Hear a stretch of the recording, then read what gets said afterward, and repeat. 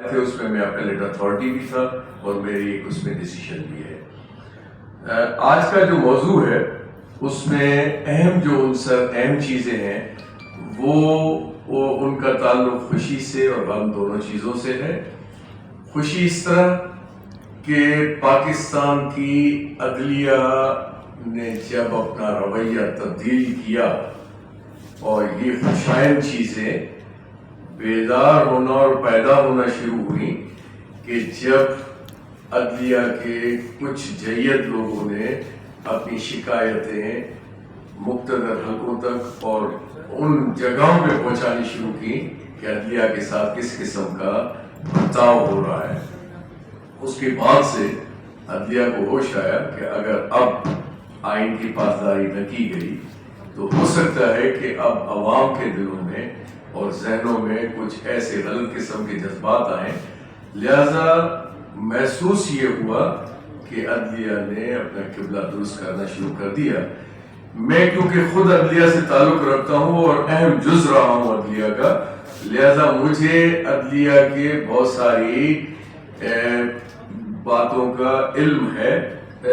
جو جس جگہ انسان رہتا ہے اس کی بہت ساری چیزوں کا اسے علم ہوتا ہے، تو میں بھی اس جگہوں پہ 5.5 سال تک میں رہا ہوں ادھر اسلام آباد ہائی کورٹ میں، اور ظاہر یہ بہت ساری چیزیں دیکھی ہوں گی، ان کا بیان کرنا یہاں پہ لازم نہیں ہے، لیکن عدلیہ مشکلات کا شکار پورے ہمارے پاکستان کے وجود میں آنے سے اب تک رہی ہے اور کب تک رہے گی۔ محسوس یہ ہو رہا ہے کہ اب عدلیہ اس فیز میں آ گئی ہے جہاں پہ وہ اپنے تشخص کو برقرار رکھنے کے لیے وہ اپنی کوششیں شاید بہتر انداز میں سر انجام کر رہی ہیں۔ خوشائند اقدام یہ ہے اور خوشائند بات یہ ہے کہ عدلیہ کے موجودہ فیصلے، جس میں خاص طور پہ ابھی یہ جو سپریم کورٹ نے 8-5 کے تناسب سے جو ایک ججمنٹ دی ہے، جس میں پولیٹیکل سیناریو بہت حد تک چینج ہوا ہے،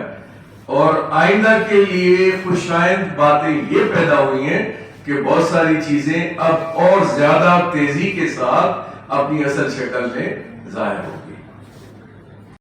مسمار کیا گیا وہ آپ سب کی نظروں کے سامنے ہے، اس کو دہرانے کی ضرورت نہیں ہے۔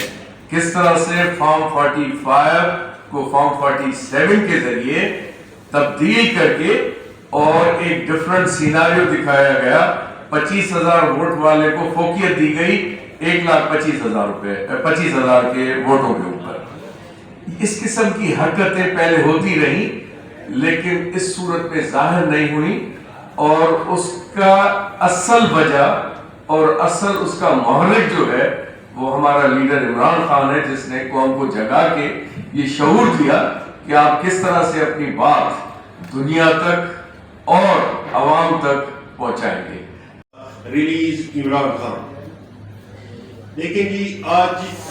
جو عدت والے کیس کا فیصلہ آیا ہے، میں سمجھتا ہوں کہ اس سے زیادہ بھونڈا کیس حکومت نہیں بنا سکتی تھی جتنا بھونڈا کیس یہ بنایا۔ اس حد تک حکومت گر سکتی ہے ہم نے کبھی سوچا بھی نہیں تھا۔ لوگوں کی فیملیز انوالو ہوتی ہیں، لوگوں کے گھروں میں جھانکنے والی بات ہے۔ کیا آپ لوگوں کی عزت نہیں ہے؟ میں تو یہ سمجھتا ہوں کہ خاور مانیکا صاحب اپنی ہی فیملی یعنی اپنی بیٹیوں کو بھی، ان کا پردہ بھی لوگوں کے، عوام کے اور دنیا کے سامنے چاک کر رہے ہیں،